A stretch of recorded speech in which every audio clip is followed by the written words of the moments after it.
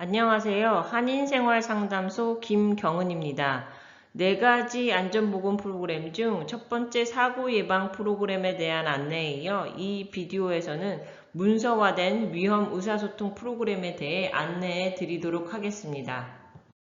해당 비디오가 진행되는 순서는 사고 예방 프로그램 비디오와 같습니다. 문서화된 위험 의사소통 프로그램이 어떤 프로그램인지 알아보고 사업주에게 어떤 규정이 워싱턴주에서 요구가 되는지 알아보고 어떻게 사업장에 이 규정들을 적용하는지 나아가 어디서 추가 정보를 받을 수 있는지에 대해 알아보도록 하겠습니다.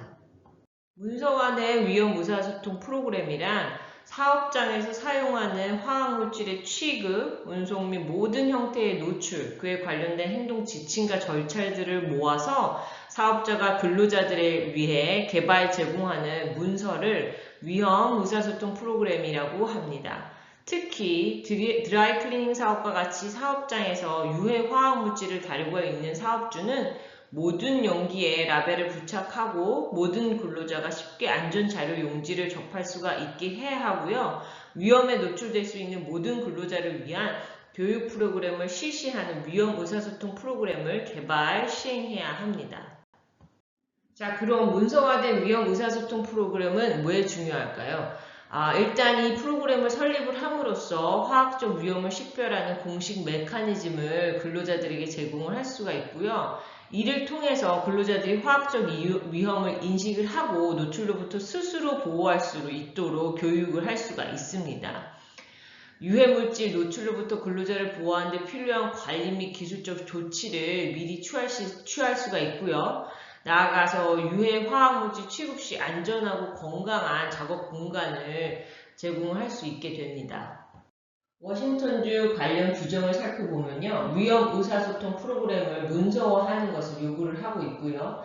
안전자료 용지에 대한 내용이 있고 그리고 이 유해 화학물질에 대한 근로자들에게 교육 및 정보를 제공을 할 것을 요구를 하고 있습니다. 만약 유해 화학물질을 취급하지 않는 사업주의 경우에는 사업장의 프로그램을 수립을 하시고 근로자에게 정보를 전달하는 데 집중을 하시면 됩니다. 하지만 유념하셔야 될 부분이 사업주는 사업장의 규모가 작거나 아무리 적은 수의 위험한 화학물질을 사용을 하시더라도 반드시 위험 의사소통 프로그램을 준수하고 시행할 것을 요구를 하고 있습니다. 문서화된 위험 의사소통 프로그램에 대해 얘기할 때 안전자료 용지에 대한 언급이 자주 있는데요. 안전자료 용지는 특정 유해 화학물질에 대한 상세한 정보를 제공하는 문서입니다. 사업주는 자신의 사업장에 존재하는 모든 유해 화학물질에 대해 안전자료 용지를 사본을 보관을 하셔야 하고요.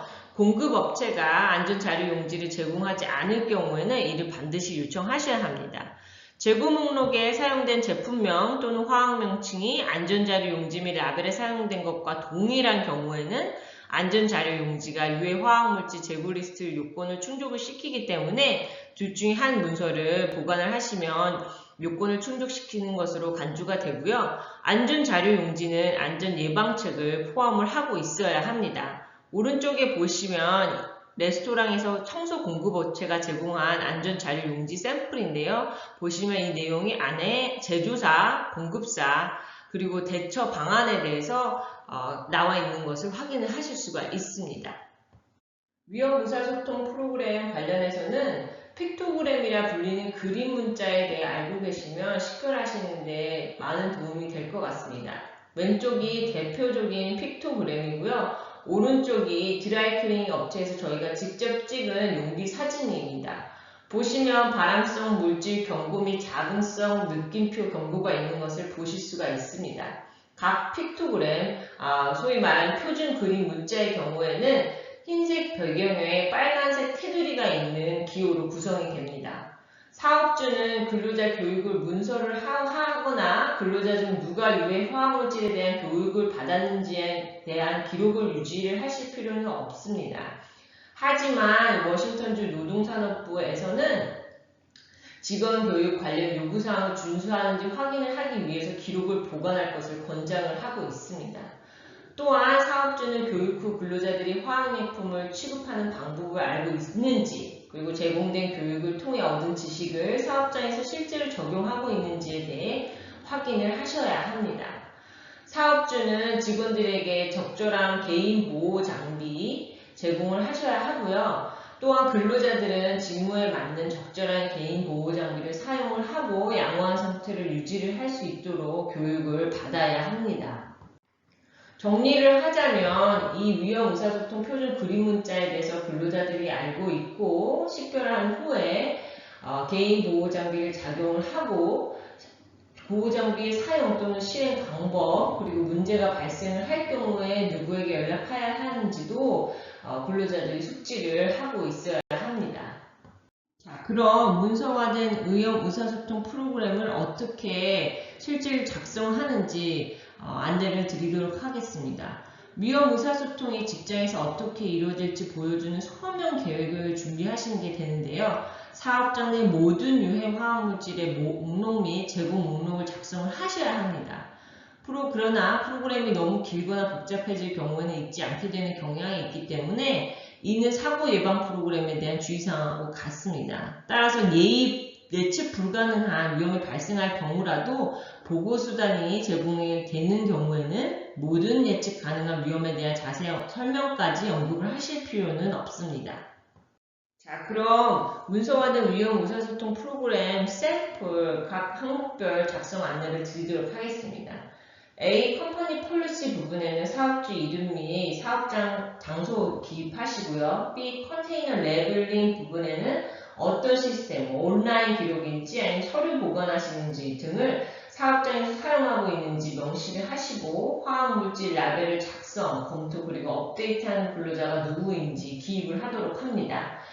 그리고 새로운 화학물질 도입이 됐을 경우에는 어떤 순서로 새로운 정보를 업데이트하는지 그리고 얼마나 자주 기존 라벨을 검토하는지 등의 라벨 작업 관련 설명을 하도록 합니다.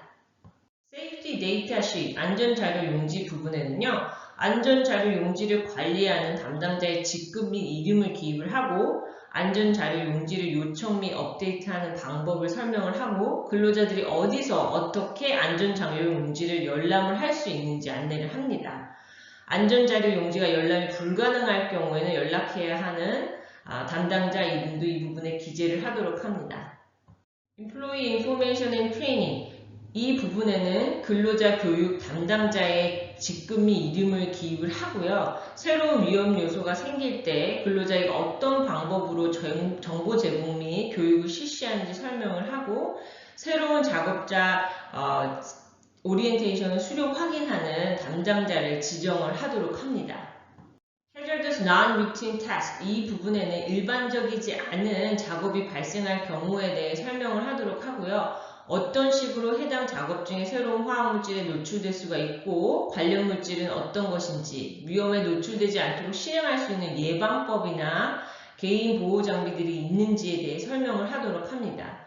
Multi-Employer Workplace 이 부분은 다른 사업주들에게 사업주가 여러 군데에 있을 경우에는 다른 사업주들에게 정보 제공을 하고 확인하는 담당자의 이름 및 직함을 기입을 하도록 합니다.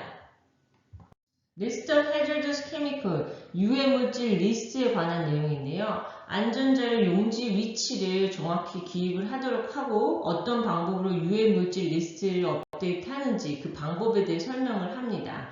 예를 들어 안전자료 용지의 정보를 비교 검토하는 방법이라든지 얘가 될 수가 있고요.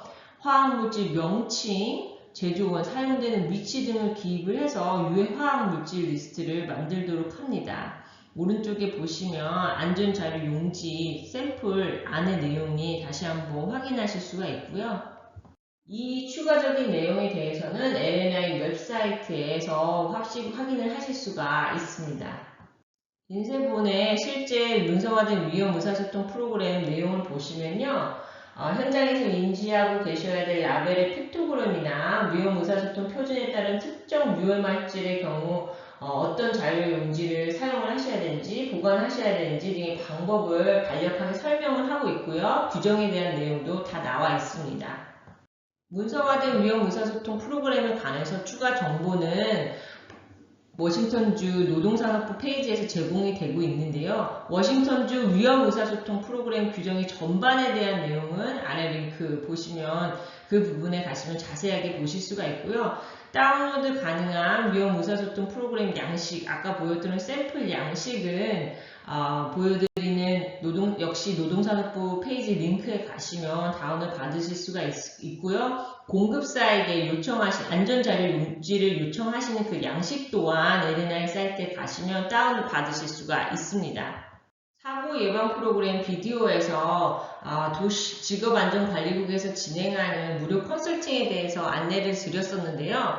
사업주는 요구되는 위험 의사소통 프로그램의 요건을 충족할 수 있도록 노동산업부로부터 관련 도움을 받으실 수가 있습니다. 도움이 필요하시면 노동산업부 사무소에 연락을 하셔서 산업위생 컨설턴트와 통화를 요청하시거나 이 보여드린 해당 페이지를 방문을 하셔서 요청을 하시면 되는데요. 도시에서 제공하는 컨설팅은 무료로 진행이 되고 있습니다. 그리고 이 외에도 워싱턴주 노동산업부 홈페이지에 가시면 안전 및 보건 관련해서 더 많은 정보를 얻으실 수가 있습니다. 참고 부탁드리겠습니다. 자, 그럼 여기까지가 문서화된 위험 의사소통 프로그램에 대한 안내였고요. 더 자세한 상황은 한인생활상담소로 문의 주시기 바랍니다. 감사합니다.